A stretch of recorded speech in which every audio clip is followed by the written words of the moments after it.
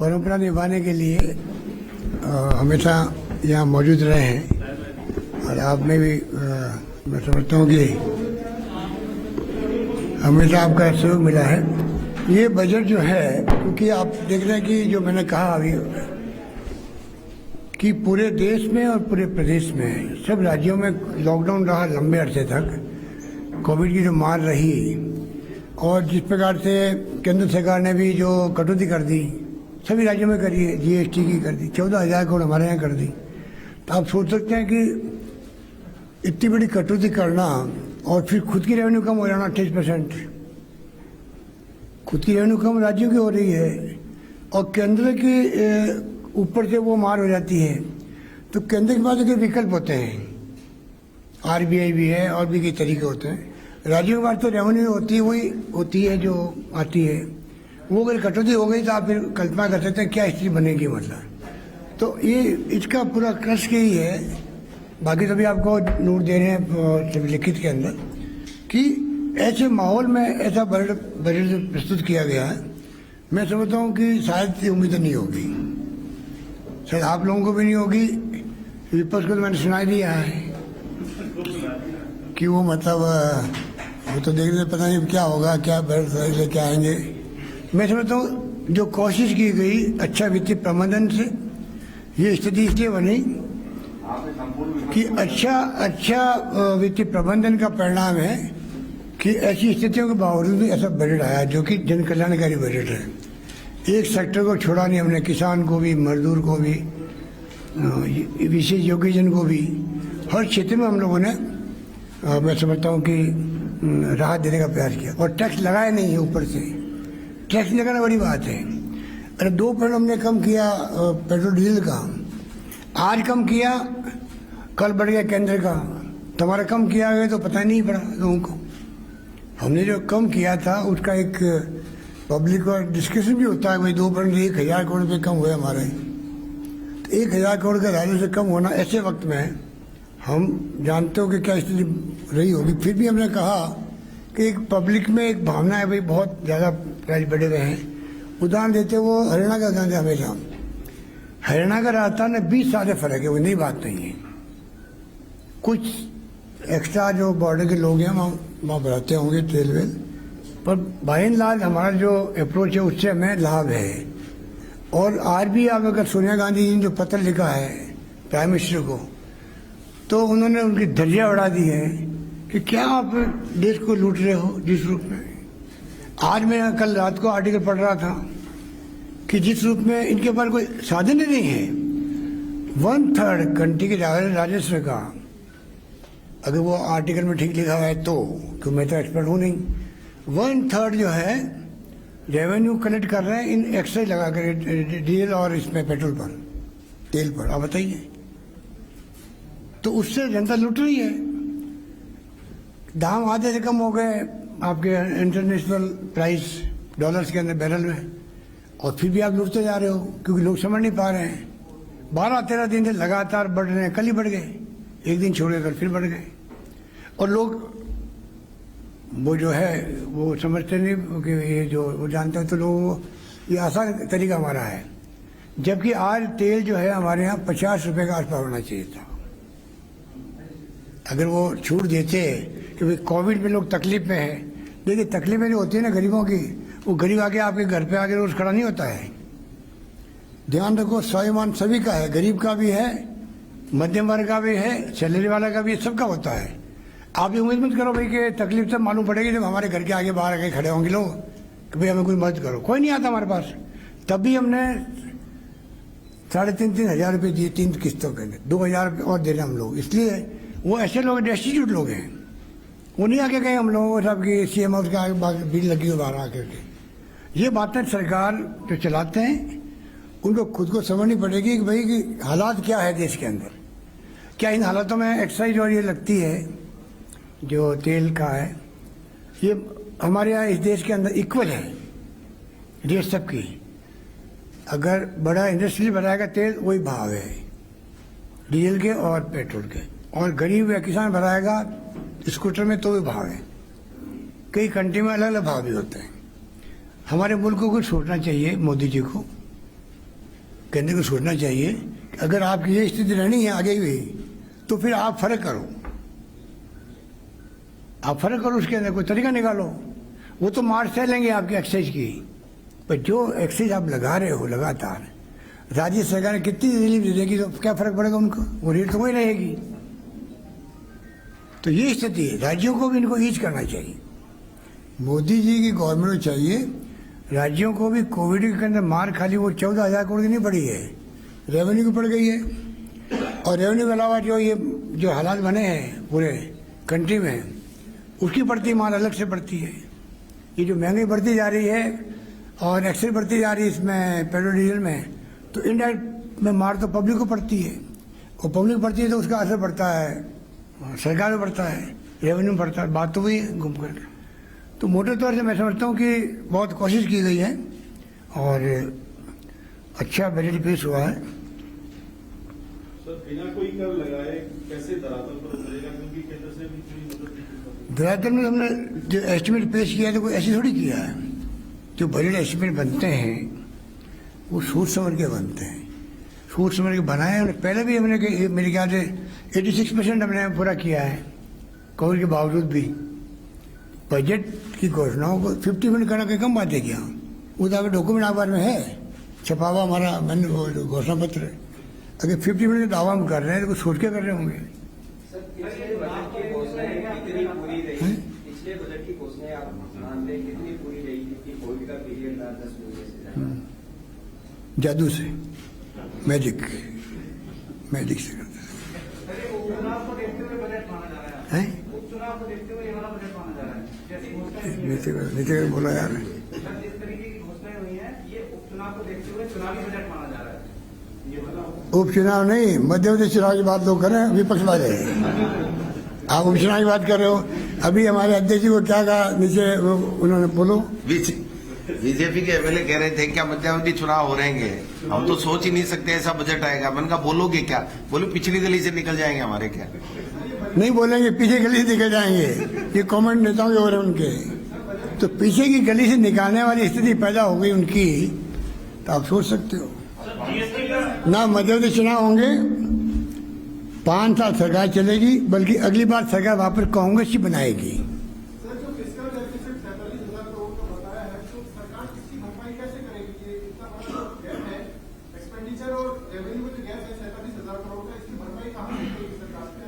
अभी तो मैंने बताया आपको, इनको जवाब दिया ना मैंने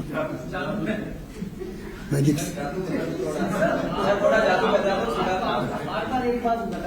अभी मैंने जो जुड़वाया है, ये जो वो है ना क्या वो भाट और क्या कहते हैं गाड़ी लोहार भाट आठ जो जुड़वाया ना, तो मैंने इनको कहा भैया एक मदारी भी जोड़ दो। आप समझ सकते हो मदारी कितना अच्छा मैजिक बताता, बताओ।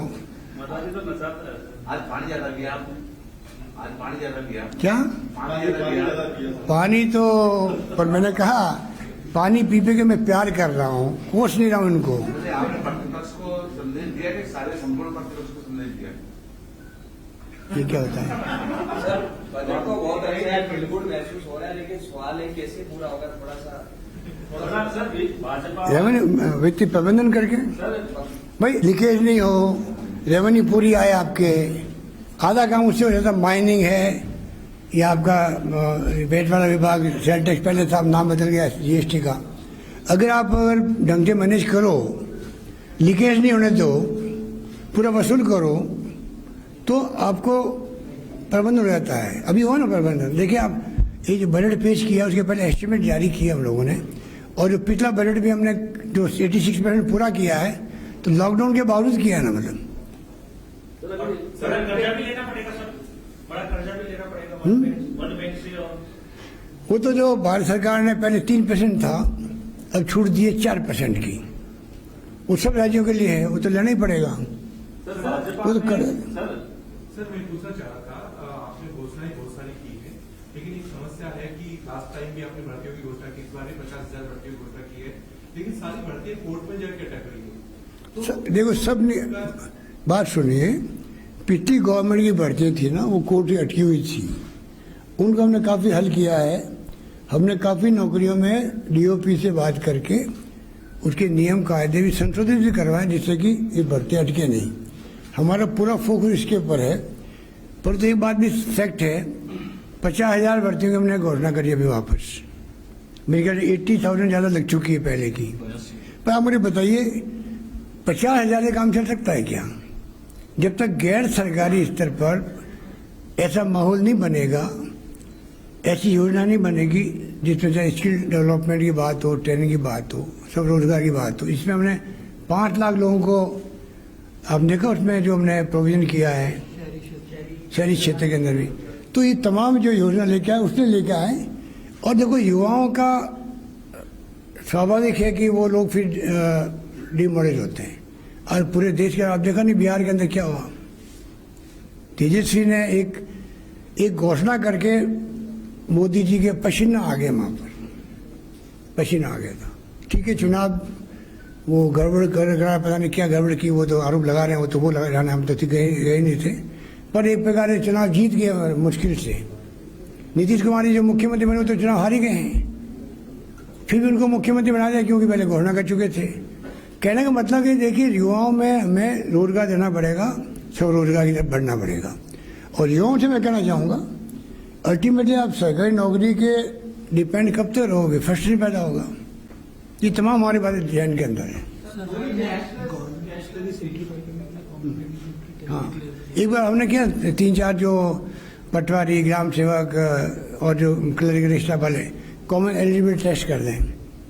हम चाहते हैं कि ये जो पेपर आउट वाली बीमारी खत्म हो रहा है हड़ताल से, उसके लिए लगे हुए हैं। अभी आपने राइट टू हेल्थ की दिशा में राजस्थान आगे बढ़ रहा है। पहले वो दवा योजना आई, उसके बाद अभी कुछ दिन पहले आपने महात्मा गांधी स्वास्थ्य योजना इसका अनाउंस किया था। अब ये 5 लाख रुपए तक का बाकी जो परिवार है, 1/3 परिवार, आप इसको सुनिए, ये पहला क्वेश्चन आपको यही होना चाहिए था कि जिस राज्य में यूनिवर्सल लागू किया हमने, सभी प्रदेशवासियों ने लागू कर दिया है, सबको 5 लाख बीमा मिलेगा। किसी राज्य में है क्या देश के अंदर? ये वो स्कीम है, सबको मिलेगा। सिर्फ जो पैसे वाले हैं वो चाहें तो 1,800 रुपये या 1,900 रुपये जो भी प्रीमियम आता है आधा वो देंगे, उनको मिलेगा। इसका मतलब यूनिवर्सल लागू कर दिया हम लोगों ने इस योजना को। आयुष्मान महात्मा गांधी जो बीमा योजना है वो सब प्रदेशवासियों ने लागू हो गई आज से कल से जो भी जो डेट होगी। अगर वो पैसा नहीं भरते हैं तो मगर अगर जैसा आपने कहा कि कुछ लोग पैसा भर सकते हैं, कुछ पैसा भर के ले सकते हैं, और अगर नहीं भरे तो भी सबको मिलेगा। तो सबको मिलेगा। उसमें आपका खाली बच्चों मैंने लिखा उसके अंदर कि जो जो जो पैसा जो भरने वाले इनकम टैक्स वाले मान लो जो कवर कहीं नहीं हो रहे, ना NFSA में हो रहे हैं ना SE इस चीज़ में हो रहे हैं। उसके अलावा हमने संविदा कर्मियों को, मार्जिनल किसानों को, लघु सीमांत उनको सबको किया, उनको छोड़ दो। बाकी जो बच गए हैं वो 850 में भर सकते हैं कोई आदमी। 850 भर के आप प्रीमियम 5 लाख का अगर आप लाभ उठाते हो प्राइवेट हॉस्पिटल में या गवर्नमेंट में, इससे बड़ी स्कीम क्या होगी? नंबर 1 स्कीम आज अगर मेरे को पूछे तो मैं कहूँगा कि आज के बजट में सबसे प्यारी स्कीम मेरी है, वो है universal health insurance guarantee. Rajasthan ने तो ओनली स्टेट, राजस्थान तो ओनली स्टेट जिसने किया है। राजस्थान पहला राज्य है जिसने किया है, बिल्कुल पहला राज्य है। बिल्कुल इस शुरू में पहले ही किया है, जिस रूप में हमने किया ना इसकी में तो देखो कई चलती, तमिलनाडु में चलती है ये इंश्योरेंस स्कीम। तो हमारे जो पिछली गवर्नमेंट थी जब हमने किया था दवाएं फ्री मेडिसिन, उसमें चल रही थी आंध्र प्रदेश में। उसको हमने टीम भेज के स्टडी करवाई। उस वक्त में वो इम्पैक्ट नहीं पड़ रहा था क्योंकि उसमें कई गफलत भी होती है नीचे अस्पताल में भी, इंश्योरेंस कंपनी में।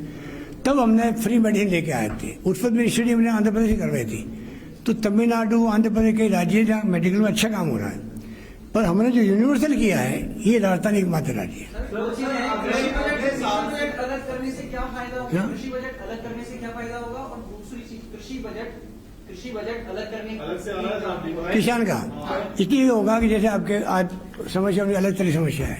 कभी BC बढ़ने की बात आती है, कभी GSS कहाँ लगे कहाँ नहीं लगे। जितनी उनकी समस्या है किसानों की, कनेक्शन कितना मिले नहीं मिले, तो एक अलग जब कंपनी बन जाएगी, वो अपनी कंपनी अपना इंटरेस्ट देगी, किसानों को देखेगी। ये कंपनी खाली किसानों का इंटरेस्ट देखेगी, इसलिए किसानों के लिए अलग कंपनी बन रही है। किसानों को हम राहत कैसे दे सकते हैं? अभी क्या होता है, सब कंपनियां मिक्स होती है, तो किसानों वाला हिस्सा भी गालमिल हो जाता है, पता नहीं लगता है कि किसानों को जो रिलीफ मिल रही है, दूसरे सेक्टर रिलीफ मिल रही है, उसमें कितना मतलब बाइफिकेशन नहीं हो सकता। अब प्योरली किसानों के लिए हिंदुस्तान में मेरे ख्याल से राजस्थान ने पहला प्रयोग किया है, चौथी कंपनी बनाई है। 3 कंपनी तो आपकी वो 2 वो 5, पर वो तो एक 3 और डिस्ट्रीब्यूशन कंपनियाँ हैं।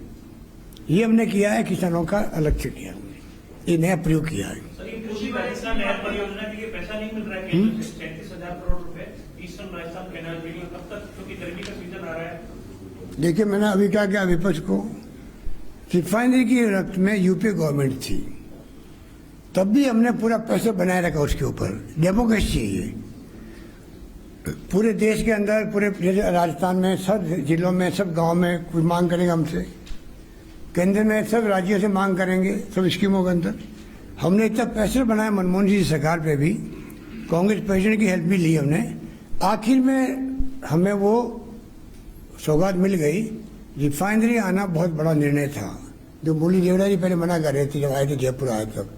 आप मेरे कई लोग होंगे यहाँ, ये प्रोग्राम हुआ था एक ऑयल कंपनी का, तब वो एग्री नहीं कर रहे थे।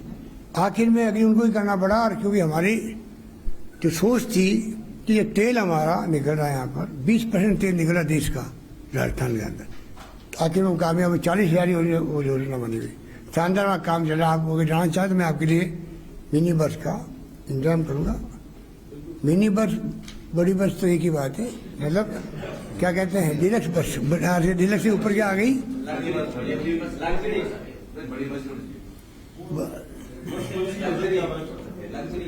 क्या लग्जरी बस, लग्जरी का।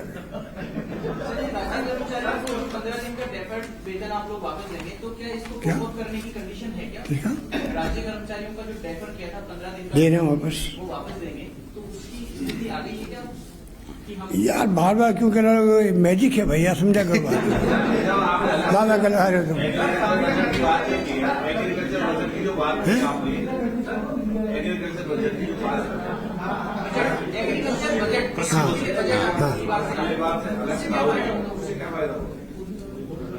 सर्च एरिया बनाना है, सर्च एरिया बनाना है। जो हमने किया फैसले वो इसीलिए किया जिससे कि उस सेक्टर में इतना गुंजाइश है। आज 3 के लिए ठंड में बैठे हुए किसान हैं, संवेदनहीनता की पराकाष्ठा सरकार की है। सरकारें कभी जिद करती है क्या? हमारे यहाँ परसों बैठ के महासंघ वाले वो हमारा नौजवान साथी, क्या नाम, यादव का, उपेंद्र यादव, बैठ गए उपेंद्र यादव जी, पर हमने उनकी भावनाओं का आदर तो क्या नहीं किया गया। यही डेमोक्रेसी है। डेमोक्रेसी ये नहीं कि आप असहमति व्यक्त करो, आलोचना अगर सरकार की, तो आप राष्ट्रद्रोही हो, देशद्रोही हो। जो आप पत्रकार बंधु जेल में जा रहे हैं, क्या बीतती होगी उनके ऊपर, लड़का लड़की पर? नौजवान लोगों को आप जेल में बंद कर रहे हो। क्या हो रहा है देश के अंदर, वो मैं अगर उसमें शुरू कर दे, पता नहीं मैं भी कहाँ चला जाऊंगा।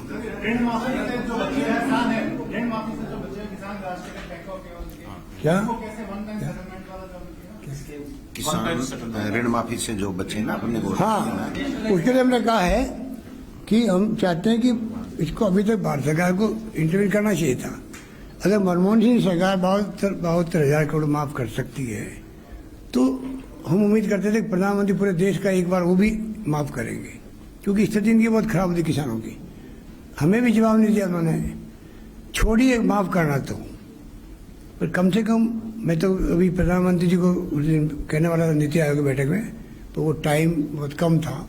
मैं कहने वाला था भाई, आर्थिक परंपरा रही है 40 साल से, मैं देख रहा हूँ पार्लियामेंट में, कि कोई लेटर एमएलए लिख देता है राज्य का, तब भी केंद्रीय मंत्री या प्राइम मिनिस्टर उसको जवाब देते पहले 3 लाइन का 7 दिन में।